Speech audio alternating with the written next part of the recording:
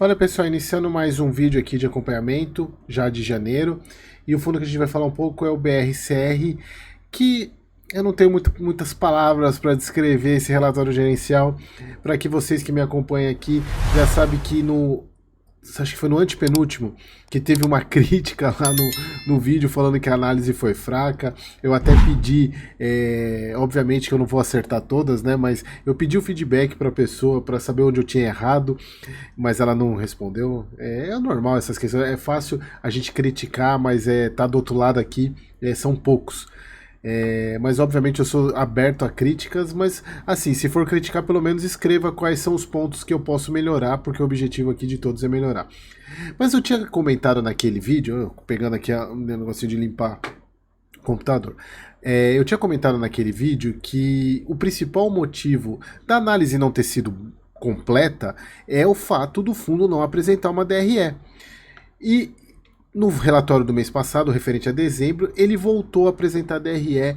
Inclusive, eu até montei uma planilha de Excel, até para mostrar que de fato eu dava para fazer uma análise melhor com a DRE. Mostrei uma planilha de Excel, tentando entender os movimentos que o fundo fez. E aí voltamos para janeiro e cadê a DRE? Aí é difícil, né? A gente fazer análise de um fundo.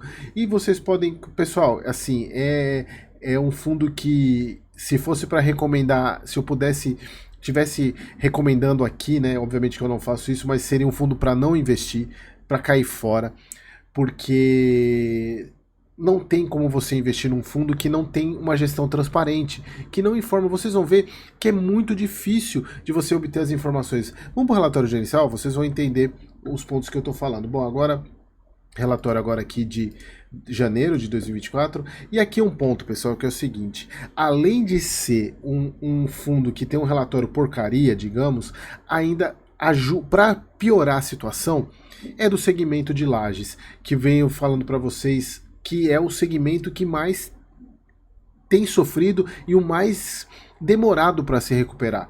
E aí a gente tem um fundo com vacância, um fundo com dívida, um fundo com relatório que não mostra, precisou vender uma cacetada de imóveis, como eu mostrei nos vídeos passados, e eu até vou mostrar o fato relevante que eu deveria ter mostrado nos vídeos passados e acabei não mostrando, mas assim, para vocês entenderem que é difícil, né? Bom, para vocês, eles colocam aqui que é um dos maiores fundos do Brasil, fundo de 2017, cobram taxa de 25 de taxa de administração, 1,10 de taxa de gestão, que está dando 1,35, sem contar que eles têm um desconto que eles teriam que cobrar 1,50, então com esse desconto até setembro de 25. Aqui ele está bem amassado, justificado pelas incongruências do fundo, né? O valor de mercado 1,63, o valor patrimonial, na verdade o valor de mercado 1,63 bi, o valor patrimonial praticamente 1 bi a mais. O valor de mercado em cota 61, patrimonial quase 100, dá para ver quase 40% de deságio, exatamente por causa do rendimento, para ele trazer esse dividend yield aqui de 8,4, que é a média para a laje mesmo, né? Eu tenho falado isso no PVBI, falei no JSRE, falei que é mais... nos fundos de laje aí, que laje é entre 7 e 9, 9 já estourando muito. Mas é entre 7% e 8%. E aqui eu até marquei cotistas aqui, eu até trouxe anotado aqui que perdeu mais cotistas mês a mês, o fundo vem perdendo cotista, exatamente porque, não somente por causa desse grande ponto aqui, que é a vacância física do fundo e financeira, consequentemente, mas é questão de transparência. Porque se o fundo, eu gosto de usar o exemplo do HGLG, ele estava com 20% de vacância física no ano passado, mas a gestão era clara com os movimentos do fundo, sabendo o que ia ser feito e mostrando que essa vacância ia ser reduzida. Tanto é que foi, e o fundo não perdeu cotistas, muito pelo contrário, fez uma emissão de 1,5 bi, vem aumentando cotista, mais cotista, exatamente porque a gestão faz o papel dela. E aqui, infelizmente, a gente vê isso daí. Bom, aqui ó, seguindo as nossas expectativas, o ano foi marcado pela continuação da retomada do setor. Isso eu falei no vídeo do PVBI, do JSRE, também sobre essa questão que o mercado de São Paulo melhorou, o do Rio melhorou um pouquinho também, que embora ele tenha absorção líquida negativa, mas melhorou. Já São Paulo com absorção líquida positiva, isso eu venho falando que provavelmente seja um bom ano para Lages, mas a gente também não tem como prever isso, porque é um segmento difícil. Eles colocam aqui, o fundo recebeu a notificação, e aí mais um problema, ó. O fundo recebeu uma notificação de um locatário do edifício Eldorado solicitando o término antecipado parcial do seu contrato de locação, correspondendo à entrega de um andar equivalente a 990 de ABL.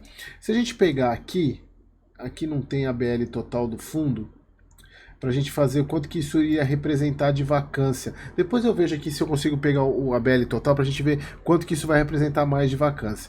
O fundo aí, obviamente, o fundo vai fazer jus às penalidades, à parte de multa contratual, mas é mais um contrato sendo reincidido aqui. E aqui eles falam que teve uma valorização nas cotas, e de fato teve, mas isso aí foi geral, mas nada que justifique, né? Que performance do fundo. Aqui a parte de cota, veja que ela vem andando de lado e a cota de mercado caiu bastante, recuperou um pouquinho, depois caiu, mas continua na mesma porcaria. Aqui o que eu venho falando para vocês, o número de cotistas vem caindo, não só é justificável, né? Aqui o desempenho operacional, olha só, a vacância não mudou do mês passado para esse, continua a mesma coisa, vacância 15.4 de financeira, 27.1 da ABL na parte física, aí ele coloca as vacâncias de cada do Senesp, que acho que é o mais crítico, né? Torre Almirante, 13, o EZ Tower, o Diamond Tower, o Buriti, o Sucupira, o Transatlântico e o Eldorado. A grande questão é que tem imóveis aqui que foram vendidos. E eu não entendo por que eles não saíram daqui ainda, ou por que eles ainda estão. É muito confuso essas informações para mim. Pode ser que eu esteja comendo bola, de fato o rapaz lá tem a razão, que a análise nesse fundo esteja fraca, porque de fato é muito difícil de explicar. Mais uma vez, resultado negativo, só que dessa vez, cadê a DRE? Não tem, não tem. Aí eles colocam aqui, ó, esse relatório não inclui as informações financeiras do mês imediatamente anterior. As informações financeiras auditadas serão divulgadas no relatório do quarto TRI de 2003, com data a ser divulgada aos cotistas. Aí é difícil fazer qualquer análise, né? Então, não tem muito. Eu marquei esses aqui, tanto o BFC, o Buriti, Cidade Jardim, Transatlântico e Volkswagen, que foram os imóveis vendidos para a Valora, que foi num fato relevante, que foi lá de novembro. Até eles colocam aqui, ó, que o fundo celebrou o memorando de entendimentos, que foi aquelas vendas para pagar aquela alavancagem monstro dele que tem de 600 milhões. O Brazilian Financial Center, que é esse BFC, o Buriti, que eita, cadê o que eu fiz aqui? Aí eu saí, peraí, aí. Eita, o que eu fiz aqui, gente? Voltando aqui, então o Buriti, que é esse daqui, o Cidade Jardim, que eu falei até no vídeo passado, que na minha opinião era o melhor ativo do fundo que eles venderam, que era o mais bem localizado. Eu até mostrei no mapinha, né, as localizações, Transatlântico e Volkswagen, que são isso aqui. Então, pessoal, é o seguinte, eles continuam com eles aqui, deve estar nas tratativas finais de venda, mas eles continuam aqui, falam 755 milhões, cap rate de 8%, aí eles falam aqui a questão do... Ó, o fundo possui cerca de 920 milhões em obrigação financeira. Putz, é um absurdo, né? Então, e isso aparece num fato relevante, nada falando dessa alavancagem aqui no relatório. Então é difícil de você analisar um fundo desse. Então a gente tem que continuar acompanhando para ver se vai melhorar, trazer DRE no próximo, para ver se de fato não mudou nada em relação à parte do relatório passado, receita por região, receita de classe de ativo, por setor, por área bruta locável. Inclusive, eu até tentei, vamos ver se eu não consegui achar a área bruta locável do fundo. Tá aqui, ó. Ah, tá aqui, ó.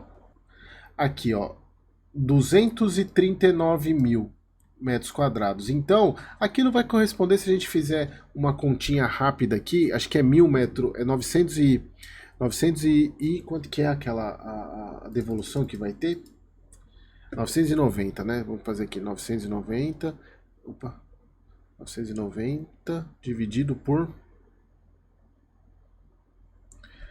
239.814. Vai dar 0,004. Então é pouca coisa, né? Na verdade está dando vezes 100, né? Se a gente pegar vezes 100, tá dando 0,4% a mais de vacância. Então, se a gente pegar aqui na vacância física, ela vai para 22,1% aqui, né? 22,1% com aquela devolução. Bom, pessoal, é isso. Não tem, tem aqui a parte dos reajustes, né? Que é a parte de PCA, tipicidade dos contratos, vencimento, principais locatários, basicamente outros aqui, o maior é Petrobras, 15,6%. Aquela localização que a gente já viu lá no relatório, nada mudou. Linha do tempo, a estrutura organizacional, e era isso, pessoal. Vocês vejam que não tem muito o que falar desse fundo, é muita transparência, muito ruim. Até eu vou ver se vai ter demanda, porque teve um vídeo aí que teve mais de 500 visualizações dele, então eu mantive também porque tem bastante cotista. Mas vamos ver se de fato eu mantenho esse vídeo ou não, porque é difícil você analisar um relatório sem informação, tá bom? Espero você no próximo vídeo.